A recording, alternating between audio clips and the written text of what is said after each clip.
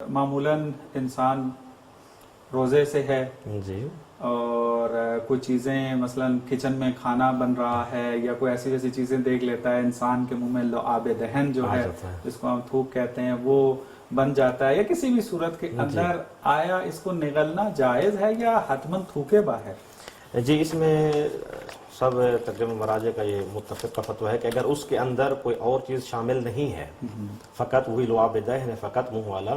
تو اس کو نگل لینے سے روزہ باطل نہیں ہوتا۔ لیکن اگر اس کے اندر مثلا جس طرح کل بھی ہم نے عرض کیا تھا کہ دانتوں میں پھنسے ہوئی کچھ چیزیں مل گئی ہیں، اضافی چیزیں آ گئی ہیں، اب اس کو نگل لیا جاتا ہے تو روزہ باطل ہو جاتا ہے۔ یا اسی سے ریلیٹڈ ہے کہ مثلا بعض لوگ مریض بھی ہوتے ہیں، یا ویسے سحری میں کچھ مرغن چیزیں کھانے سے یہ ہمیں مسئلہ پیش آتا ہے کہ سینے یا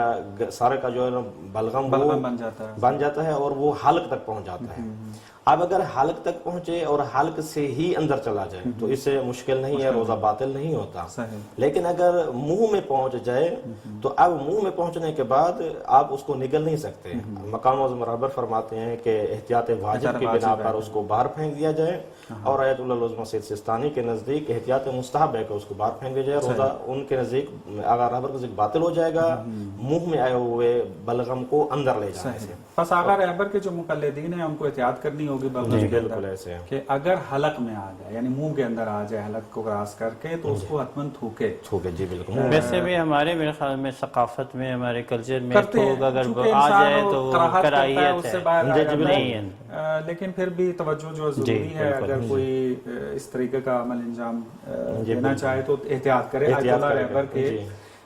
جو ہے یا مثلا بعض اوقات انسان ایک ایسی جگہ پر ہوتا ہے جہاں وہ تھوک نہیں سکتا، مثلا مسجد کے اندر ہے، یا مثلا کسی ایسی جگہ پر ادھر مثلا کوئی ایسے کمرے میں بیٹھا ہے کہ جہاں تھوکنے کا کوئی مقام نہیں ہے، تو اگر رہبر کا اگر مقلد ہے تو اس کو چاہیے کہ باہر جائے اور وہ تھوک کر پھر واپس آ رہا ہے۔